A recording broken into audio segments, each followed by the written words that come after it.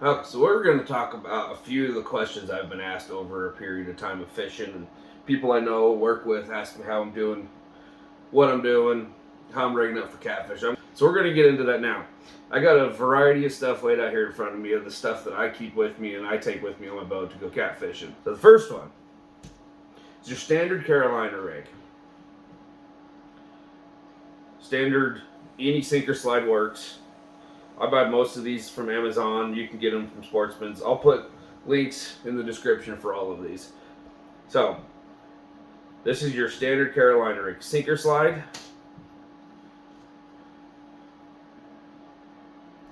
And then you got a barrel swivel. And I go up to, I'm going to have to look at the size. I don't fully remember the size, but I'm going to put a description in there. I try to stay within at least about an 80-pound test rating. And these ones I bought are actually three-way swivels, and you'll see, and it's about the only ones I'm buying now. But I'm going to tie it on with a standard clench knot. You can go improved, you can do polymer, everybody has their opinion of knots. I'm not going to go into the knots.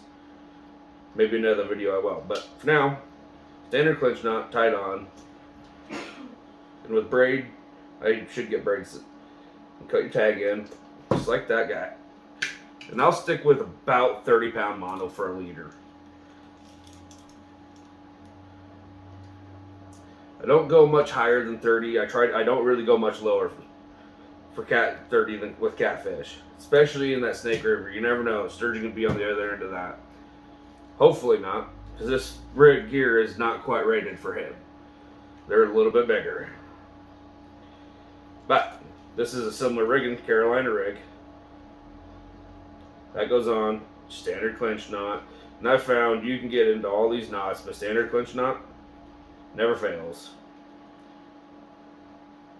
You do, once in a while, I'll get wily and decide to do a improved clench knot. But your line doesn't have to be invisible to go catfish. They can't see very well. And chances are you're at night anyways. The water's probably murky. They don't see much. Leader length, it varies. I'll play with that while I'm fishing. I start off with about 24 to 36 inch leader length. About 36 inches or so.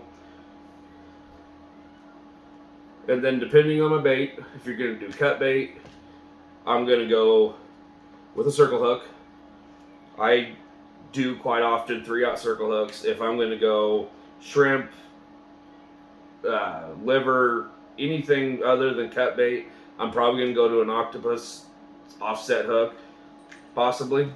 But I tend to stick with your circle hooks for catfish. If a catfish is taking it, that circle hook, as he's taking off with it, he's going to nail him in the corner of the mouth. The circle hook spins around, nails him in the corner of the mouth almost every time. Then I'm not have to constantly focus on my rod. I have bells, things like that. Catfish, they can be a little tricky on nibbling sometimes, especially early in the year. So I stick with the circle hook. Tie it on, standard clench knot.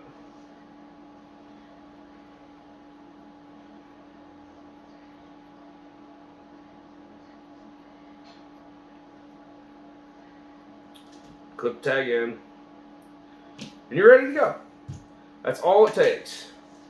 3 things, and you're ready to go. That's your standard Carolina rig. So, sinker slide, swivel. I got these 3-way swivel down to your circle hook. That is your standard Carolina rig. Now, your sinker. That fella right there. You're fishing a lake, pond, anywhere you're really not going to get snagged up a lot. I'm just going to take the sinker, pop it right onto the swivel of the sinker slide. I'll fish a few local lakes that way. Not too worried about it. It's always going to come back. I'm not going to get snagged up usually. Sometimes it happens, but rarely. Now, you notice I didn't put a bead there. These slider swivels go right over the top, right onto my swivel. not getting in the way. If your slider is going to hit your knot, you need to put a bead on in between those two. If you're down anywhere you're going to get snagged up frequently, you need to make you a little loop with some line. Your sinker directly onto your slider. That way, if your sinker does hang a rock, you're just losing your sinker. Now, in some of my previous videos, you see me using rocks a lot instead of lead sinkers. A couple of different reasons. One reason, rocks are free. They're all over the riverbank. I mean, the river's made of rocks. Why wouldn't you use a rock? I use a little bit of line to tie it on, a little bit of black tape. So if I'm not going to get them back very often, what I'll do, take a piece of fishing line, make a loop, tie it together. Now, if it goes down, hangs up between a rock, I can't get it back. I'm just snapping my sinker off, getting the rest of my rigging back. That's why I go to rocks, so because that happens quite often down on the Snake. But you've seen my last video, I still have my rock from the last couple trips. So hey, there's something to this rock thing. So there's your Carolina rig. The next one, it's a little bit of a tweak to the same rig. What I'll do is I'll get a cigar float, and locally I can't find them. I find the cheap, crummy ones. There's a few different varieties I find that don't work. You want just a standard cigar peg float. Pegs on both ends, come in and out, easy to put on, easy to take off. Now, you've paid attention to the last few of my videos. If you haven't, maybe go back on and check those out a few times. You can see me down sturgeon fishing. I'm using these peg floats. But you can kind of see that setup. Hopefully you can see that. It's the same as usual. Bass head. I got my peg float and a sinker slide. All right. What I have found is to put them on before you tie your hook on makes this a little easier, because they're not meant for this heavier line. So what I'll do is I'll clip my hook off real quick, no biggie. Then I'll just feed it through. Yeah, you can get a different bobber, but these peg floats make it really nice to do this, and I'll show you why. So we tie that back on, and voila, see? So, peg float on, so you can take your little pegs, push them in. Now you're a lot more adjustable. I'll go 3 to 4 inches from my hook to my peg float. What that does, this hits the bottom, just like that, right there. So now we're on the bottom. This floats up, gets my bait up off the bottom. You can see that's about 18 inches up off the bottom of the river. That is a slight version to a Carolina rig. That is my most common rigging I use. Okay, now, this is a slight, very similar to the Carolina rig, but it's called Santee Copper. But what it requires is you don't use a sinker slide. That's out of the way. What you do use, and this is where a 3-way swivel comes in handy. What you do, you tie your barrel swivel straight to your main line.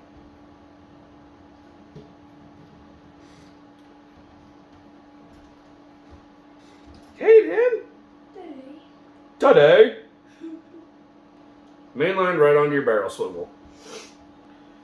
Main line, barrel swivel, leader. Now for this leader, I'm going to go a little longer. I usually go I'll go 36, 48 inches. And that's just what I start with. You can make adjustments as you go along. Tie your leader to your barrel swivel. You got about 48 inches of main line. And you can do the same thing. Peg float. Knotless knot or a knotless snail knot. What I'll do, a lot of times I'll be tying this one on with a knotless snail knot because I could take this hook off so much simpler. And you just wrap it about 8-10 times. And I'm gonna do another video of some knots, but I'll let you find some of those yourself. Knotless nail knot, clip my tag in. And on that one, I don't go too short, I'll go about to the end of the shank. Just about where your hook starts to bend down. Okay? Peg float. If it'll go in the hole. Right. Tie it onto my barrel swivel. Peg float on. Put pegs in. Now, these guys right here. These clasps, these hook clips. I stock up on them. I got a bunch of them for this Carolina rig for a few different aspects. I actually use some for salmon fishing to put on my quick fish and my plugs, a few different things I can add on a lot simpler. Because of this one, you don't want to you don't tie that on. This is all fixed. There's no slide. There's none of that. The Santee Copper rig is a little bit different.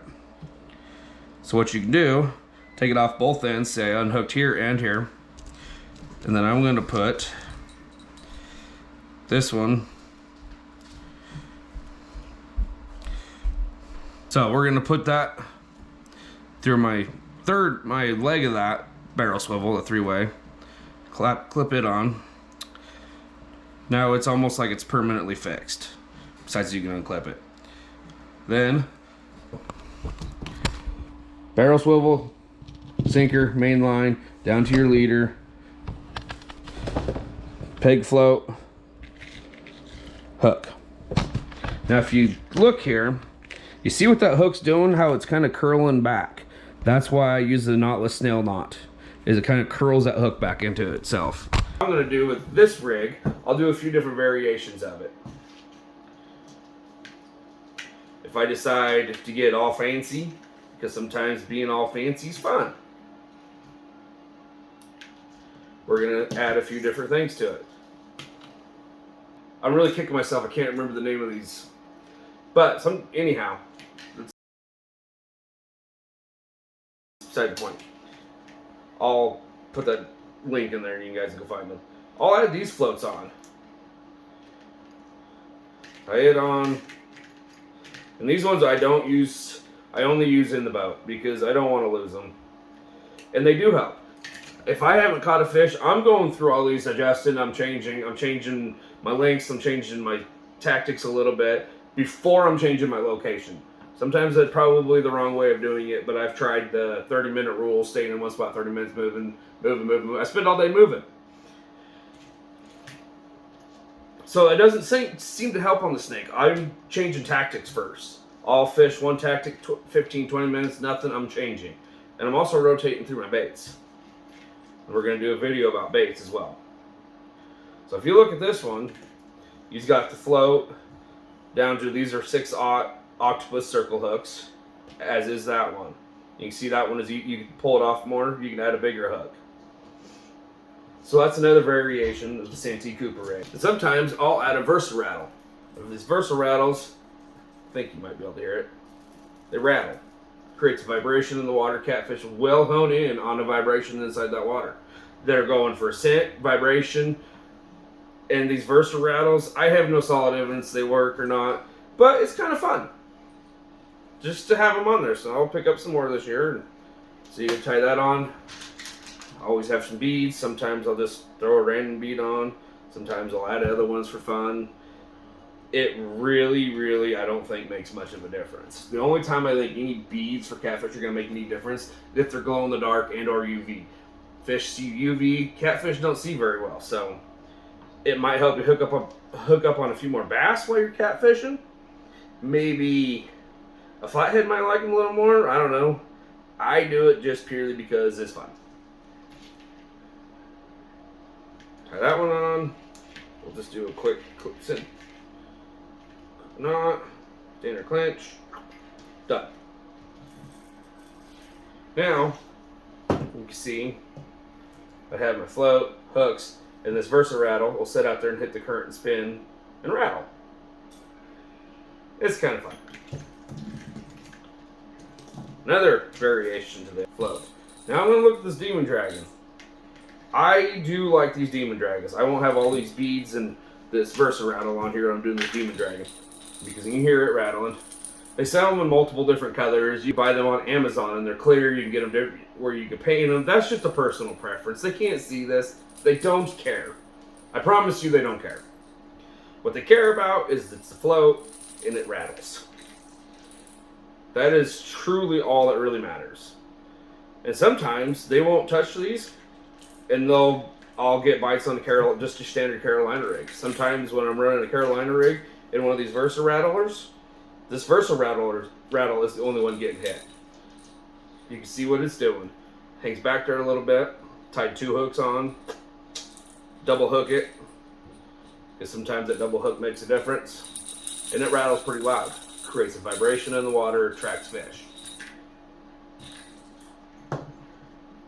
So, there's most of your standard rigs.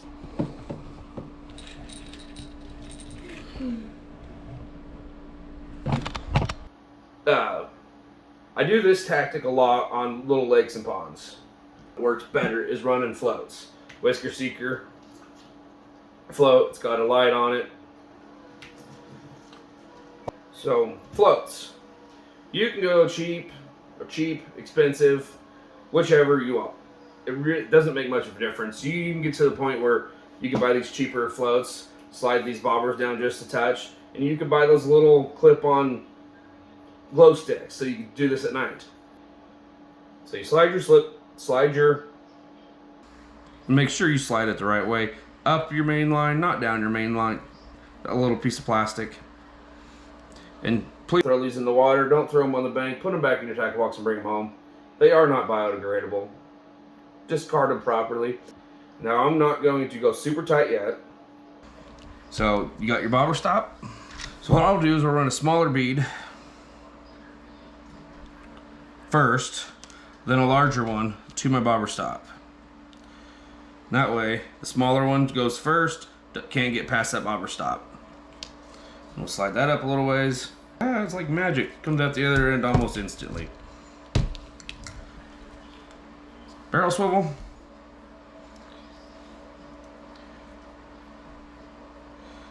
Again, it's mostly clinch knots. Leader.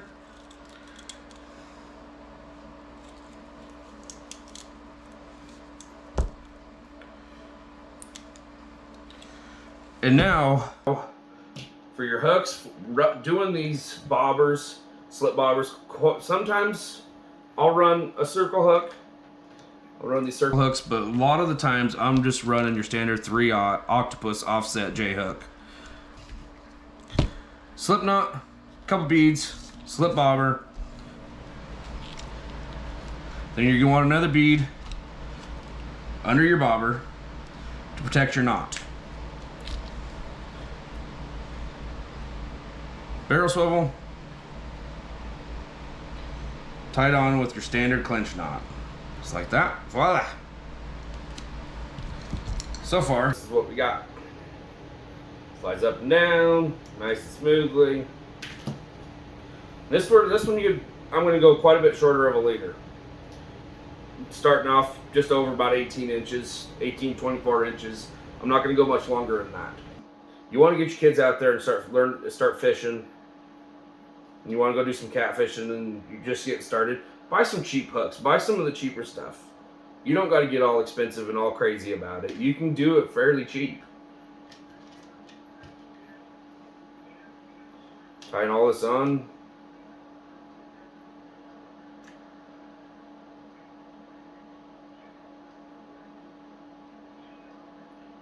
So, there we go. And chances are, that's all the deeper I'm actually going to wind up going. It's only a couple feet. I'm not going to go super, super deep with it. Because the idea is to get that bait about a foot up off the bottom. Even if the catfish are on the bottom, they're going to come up and go after that bait. They will find it. And if you've never bobber fished for catfish, give it a try. It's a lot of fun, actually. I enjoy it. Especially in some of these smaller lakes. Now, if you're trying it and you're throwing it way out there and you're not getting nothing, you keep trying, there's no fish here, you're getting frustrated. Most of the time, most fish in most bodies of water don't live in the center. Most of the time, you're going to find your fish within feet of the bank. They're fairly close to the bank. Start close and you'll work your way out. And work that wherever you're fishing. Work a spot. Start up close, work out deep. And chances are, you will find them. So with that said, make sure you tighten your knot on your bobber stop. And that's your standard slip bobber rig. Nothing fancy, nothing special. You can use an expensive bobber, you can use a cheap bobber. If you use one of these cheaper bobbers, you do need to throw a weight underneath. You need to add a sinker underneath of your bobber, just so when that goes down, the sinker hits down to your swivel. So you're gonna put your sinker. You just lined up here so you can see it better. So you're gonna put your sinker above your bead, between your bead and your barrel swivel. And that way, that sinker will take this and then tip it straight up. You want that bobber vertical. Or you don't. Some people, I know a few people, they like their bobber laying horizontally in the water, and so when a fish takes it, it goes vertical and then goes down. That's fine too. You don't have to do it the way you like the best. If it works, great. But that's a pretty good little rig for some small lakes. Just trying to hunt down some channel cats. And that's basically most of your rigs there. I don't get really any fancier than that. You've seen me do a few high-low rigs. I'll use a high-low rig, and I'm going to show you the high-low rig in a different video next week. Okay, the last thing I'm going to show you I'm going to make this pretty quick, is some of my hooks. So here, I have an Octopus, standard Octopus 3/0 hook. I use that one. These are just my most common frequent ones by size. Standard, your 3/0 circle hook, Octopus, and these are all offset. I mean, offset, if you look at that hook, you can see it's kind of kicked off to the side a little bit. That makes a world of difference. You don't want them straight. You do want them offset. Then another offset circle hook, Octopus circle hook. This one's by Whisker Seeker. I have the box right above it here. And I keep mentioning Whisker Seeker just purely because their product is really good. I really like their product. 6/0. These ones are called the Triple Threat, and they work pretty awesome. I'll run these down on Brownlee quite a bit after flatheads, putting a little bit bigger of a bait on. And if you've ever seen a flathead, they got a pretty large mouth. And I'm trying to weed out some of the smaller fish. Trying to weed out more, 8/0 Octopus Gamakatsu. They work fantastic. Now I'll be using these. I use these as well for sturgeon. I just take off the barb, and it's the same thing. Octopus circle hook, offset Octopus circle hook. And lastly, when I'm really trying to get into the flatheads, and I have hooked flatheads using these, is a 10/0 Octopus circle hook from Whisker Seeker. Now I'm putting a massive bait, a lot bigger of a bait on this one. I'm trying to get away from the fish that are going to go after that as well. Doesn't mean if I'm running one of these small 3/0 hooks, doesn't mean I'm not going to hook into a 30-40 pound flathead, because that can happen. But I like that bigger bait, so it kind of tends to weed out some of them smaller fish, and so I'll throw out a 10/0 hook. So that's the standard hook variations I run for catfish. All right, with all that, thanks for watching. Come back next week. I'm going to go over some crappie fishing with some of my little secrets that I've learned over the years. And some of them work better than what you think, and a lot of people don't know about it. So thanks for watching. Catch you next time.